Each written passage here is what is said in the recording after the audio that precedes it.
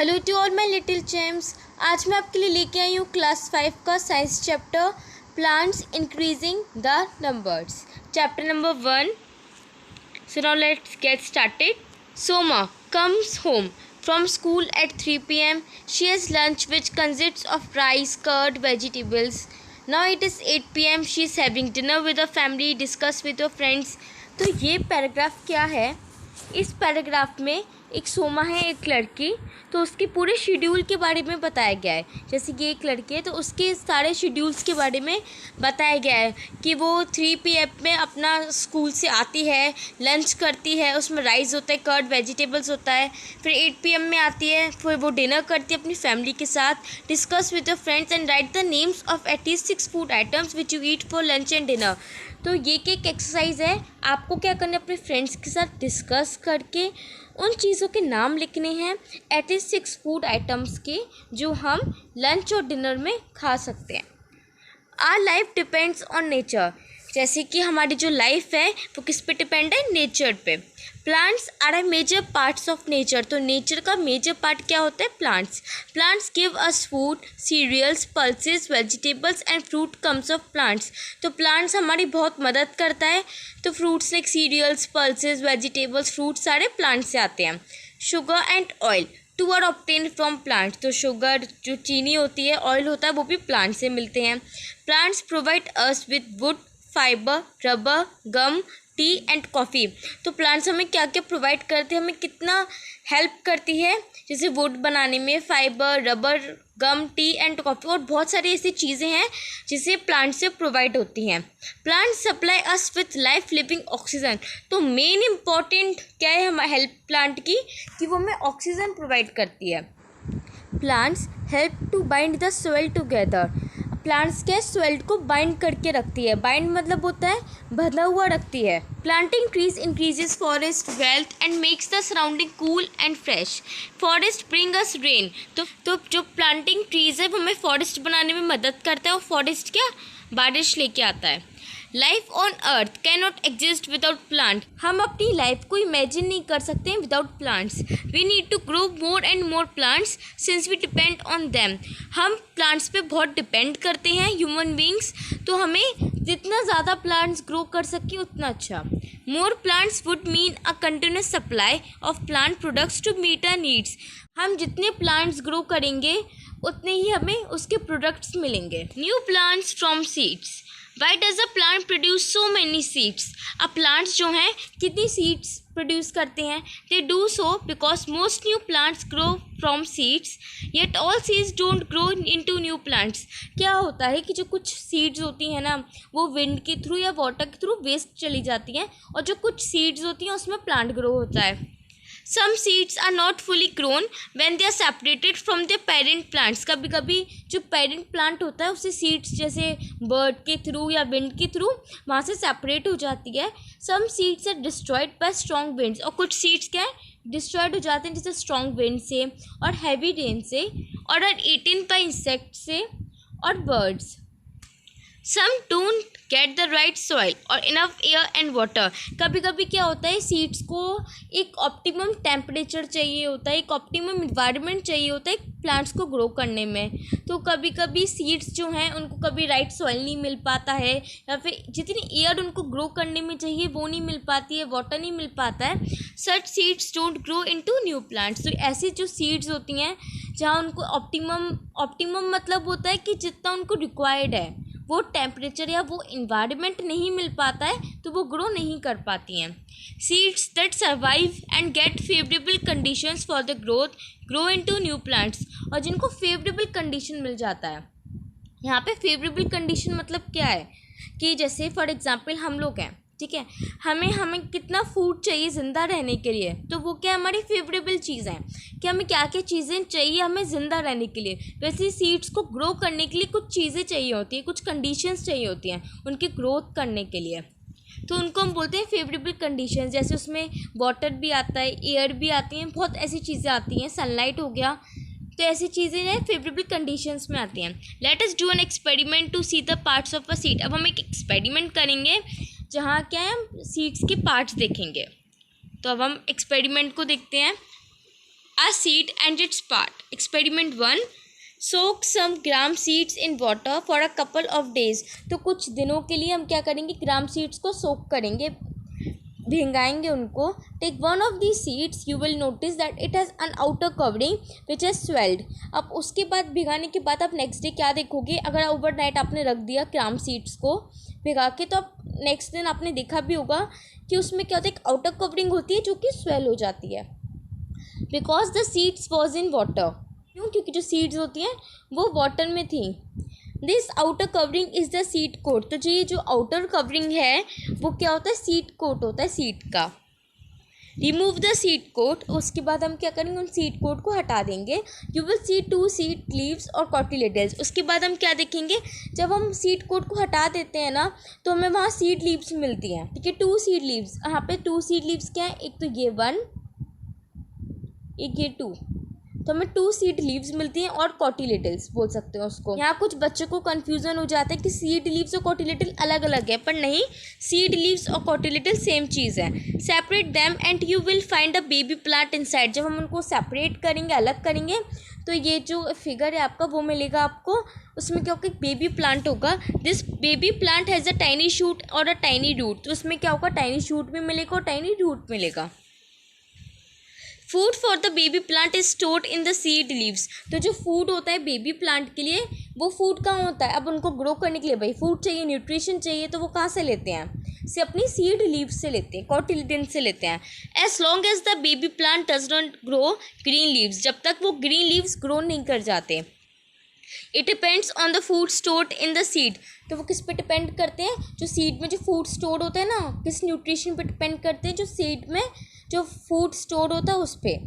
Seeds of some plants like grams, peas, beans have 2 seed leaves and are called dicot. Dicot seed. तो जो इस dicot seed term है ना, ये बहुत इंपॉर्टेंट है. ये एक बेसिक है जो आपको आगे भी जाके काम आएगा. डाइकॉट का मतलब क्या होता है, डाई मतलब होता है 2, इट मीन्स 2, और कॉट यहाँ का मतलब है कॉटिलेडल्स. तो जिसमें 2 कॉटिलेडल्स होंगे ना जिस सीड्स में, उसको हम डाइकॉट सीड्स कहते हैं. फॉर एग्जाम्पल पीज में होता है, बीन्स में और ग्राम्स में. ये आप नोट कर लीजिएगा कि डाइकॉट सीड्स के एग्जाम्पल्स क्या हैं, ग्राम्स, पीज एंड बीन्स. ऐसे यहाँ है मोनोकॉट सीड्स. मोनोकॉट का मतलब, मोनो मतलब होता है 1 और कॉट मतलब होता है कॉटिलेडल्स. तो जिसके एक कॉटिलेडल है उसे हम बोलेंगे मोनोकॉट सीड्स. जैसे wheat, maize, rice have 1 seed leaf and are called monocot seeds. अब हम नेक्स्ट टॉपिक पे जाते हैं, seed germination. The development of a seed into a seedling is called germination. तो सीड के बाद क्या बनता है, सीडलिंग करते हैं हम, तो उसको हम क्या बोलते हैं, जर्मिनेशन. उसको जर्मिनेट करवाते हैं. Let us do an experiment to find out the conditions necessary for the germination of seed. अब हम यहाँ क्या देखेंगे, कुछ फेवरेबल कंडीशंस देखेंगे ऐसी जिससे सीड जो है जर्मिनेट हो जाए. तो अब हम यहाँ एक्सपेरिमेंट नंबर 2 करते हैं. Take 4 plates and number them 1, 2, 3 and 4. तो हम क्या करेंगे, 4 प्लेट्स लेना है, उसको आपको नंबर कर देना, नंबरिंग करना है 1, 2, 3, 4. Take some dry gram seeds. और कुछ ग्राम सीड्स लेंगे, ड्राई होनी चाहिए. Put some seeds in plate 1 and keep the plate on a windows 1 where it can get air and sunlight. तो पहली वाली प्लेट में हम सीड्स रखेंगे कुछ, और उसको एक विंडो पे रख देंगे, विंडो 1 में, और वहाँ कहाँ रखेंगे, जहाँ पे एयर हो और सनलाइट प्रोवाइड हो रही हो. Put some seeds in plate 2. Put the plate inside a beaker containing water. फिर प्लेट 2 का हमें क्या करना है, उसको बीकर के अंदर रखना है, कंटेनिंग वाटर, जिसमें पानी हो. Now place the beaker on the windows 2. उसके बाद करेंगे दूसरी विंडो में रखेंगे वो beaker. Put some seeds soaked on moist cotton wool in plate 3. Plate 3 का क्या करोगे आप, उसको मॉइस्ट कॉटन वूल में रख देंगे. Keep the plate inside a refrigerator. उसको क्या करना है, रेफ्रिजरेटर में रख देना है प्लेट 3 को. Put some seeds soaked on moist cotton wool in plate 4. Place the plate on the window stay. तो आपने 2 चीज़ें करी, एक तो प्लेट 3 है ना, जिसको आपने मॉइस्ट कॉटन वूल में रखा, उसको रेफ्रिजरेटर में रखना है, और जो प्लेट 4 वाला है ना, उसको विंडो में रखनी है. Keep the cotton wool of plate 4 moist all the time. हमेशा उसको क्या, पानी प्रोवाइड करते रहना है, वाटर प्रोवाइड करना है. तो ये प्लेट 1 में देखिए ये कितना अच्छे से फिगर दिया गया है. प्लेट 1 में ड्राई सीड्स रखी हैं. प्लेट 2 का क्या है, seeds kept in water provide किया है प्लेट 2 को. प्लेट 3 को रेफ्रिजरेटर में रखा है. मॉइस्ट कॉटन वूल में, और प्लेट 4 को क्या किया है, soaked seeds kept in moist cotton wool, उसको विंडो पे रखा गया है। So seeds kept in different conditions. तो ये क्यों किया जा रहा है, इसलिए किया जा रहा है बच्चों कि आपको फेवरेबल कंडीशंस पता चले कि सीड्स को जर्मिनेट करवाने के लिए फेवरेबल कंडीशंस क्या क्या होता है। तो अगर आपको कभी करना पड़े तो आप कर सकते हैं। एक्सरसाइज देखेंगे, now fill in the blanks. Conditions with seeds growth, ये एक्सरसाइजेज हैं conditions the seeds didn't get, जो आपका एक रिजल्ट होगा उस रिजल्ट के थ्रू आप ये एक्सरसाइज कर सकते हैं। You will notice that only the seeds in plate 4 have germinated.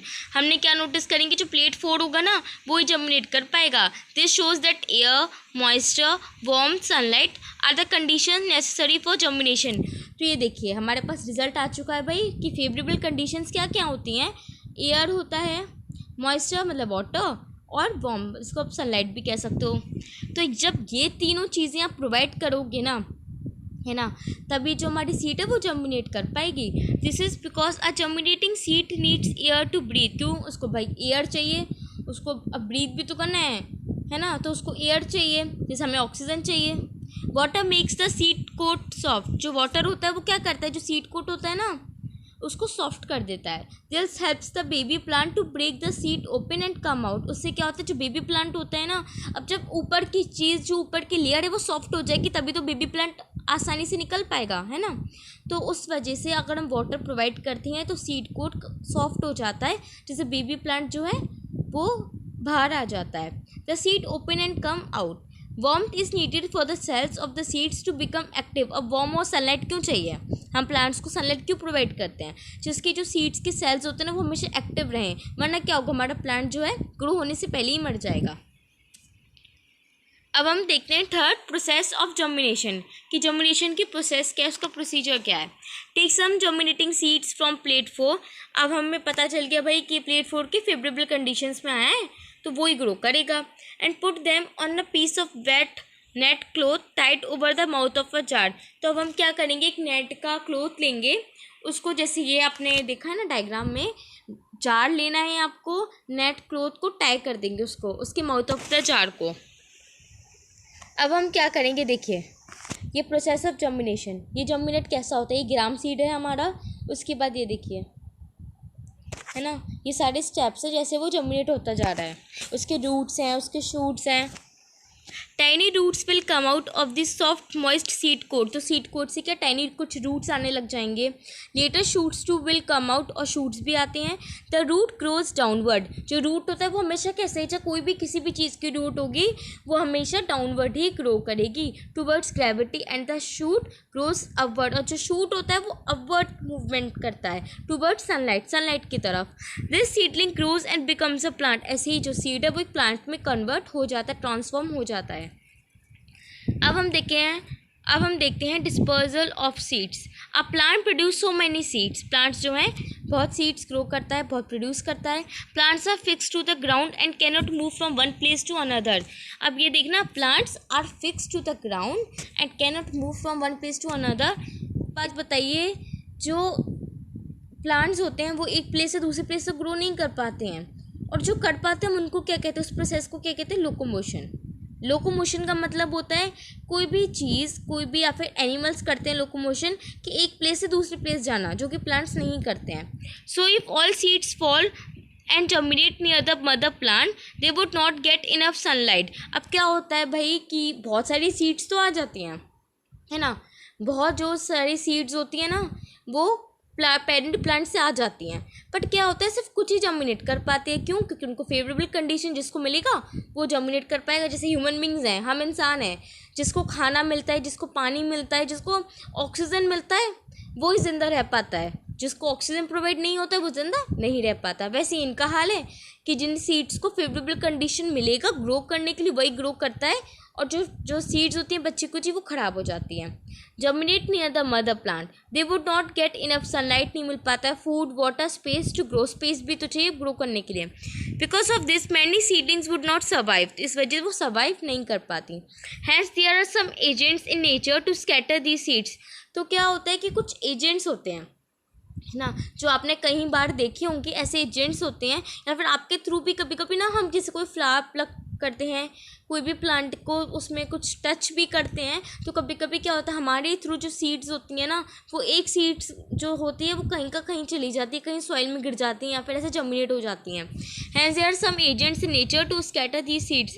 This process of scattering of seeds और fruits away from the parent plant is called dispersion of seeds. तो जो parent plant से जो seed इधर से उधर होती हैं या फ्रूट्स होते हैं उसको हम डिस्पर्जन ऑफ सीड्स कहते हैं। तो इसकी डेफिनेशन आप चाहें तो आप इसको नोट करें, याद कर सकते हैं, इट्स वेरी इंपॉर्टेंट। ओके, तो अब हम देखेंगे भाई एजेंट्स कौन से होते हैं।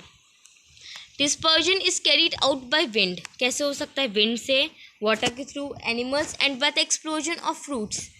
These are called agents of dispersal. इसको हम क्या बोलते हैं? एजेंट्स बोलते हैं डिस्पर्जल के। किसको? Wind, water and animals. The special structure of certain seeds and fruits में help the seeds in dispersal. तो क्या होता है? कुछ स्पेशल स्ट्रक्चर होता है सीड्स का।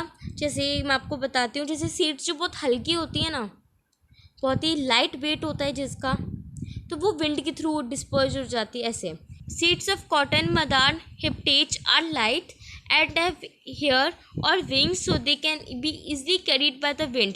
तो जैसे एग्जाम्पल है कॉटन का, है ना, और ये मैदार, हिप्टेच का, वो क्या होती है? लाइट वेट की होती हैं। हम अभी इसी के बारे में बात कर रही थी और देखिए आ गया कि कॉटन है, जो हिप्टेच वाले जो प्लांट्स हैं, है ना, उनमें क्या होता है, जो सीड्स होती हैं वो लाइट वेट की होती हैं, हेयर्स होते हैं, विंग्स हो सकते हैं, तो वो विंड के थ्रू डिस्पर्स हो जाती हैं। The lotus fruit has a spongy part and the coconut has a fibrous outer covering to enable them to float on water. अब क्या होता है, जो लोटस फ्रूट है हमारा, उसमें क्या होता है? एक स्पॉन्जी पार्ट होता है। जो कोकोनट है उसमें एक फाइब्रस आउटर कवरिंग होती है, to enable them to float on water, जो क्या वाटर को मदद करती हैं, जो कि उनको फ्लोट करने में मदद करती हैं वाटर में। उनका जो स्पॉन्जी पार्ट है लोटस के फ्रूट का, कोकोनट का जो फाइब्रस आउटर कवरिंग है, वो क्या वाटर में फ्लोट कर सकते हैं। Human beings and animals eat fruits like cherries, mangoes, throw away their seeds. अब हम क्या करते हैं? हम चेरीज़ खाते हैं या फिर एनिमल्स चेरीज़ खाते हैं, मैंगोज खाते हैं, तो जो उसकी सीड्स होती है ना, उसको हम फेंक देते हैं। Some seeds have hooks, spines or stiff hair. They get stuck to the furry skin of animals, feathers of birds or even to our clothes and are thus carried away. तो क्या होता है, अब हम अगर जो हमारे मैंगोज़ खाते हैं या फिर हम चेरीज़ खाते हैं, तो जो उसकी सीड्स हैं उसको हम फेंक देते हैं, है ना। अगर वहाँ पे उस जगह सॉइल होता है, उसको सॉइल प्रोवाइड होता है, फिर फेवरेबल कंडीशंस प्रोवाइड होते हैं, वो जर्मिनेट कर जाता है। और कभी कभी क्या होता है, स्किन जो होती है एनिमल्स की वो फरी होती हैं, फैदर्स हैं बर्ड के, और जो क्लोथ्स हैं हमारे, वो क्या करते हैं? अपने सीड्स को ले जाते हैं और उसको डिस्पर्स कर देते हैं।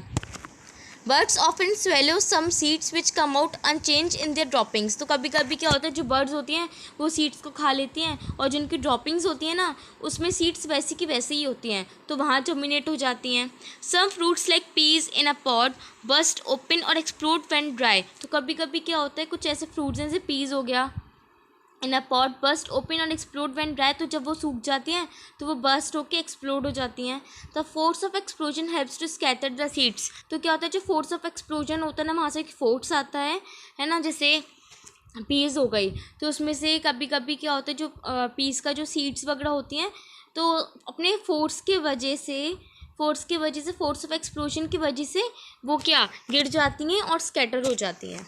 अब यहाँ देखिए, यहाँ एक टेबल है, कुछ एग्जांपल्स दिए हैं आपको, जैसे सीड डिस्पर्स्ड बाय विंड।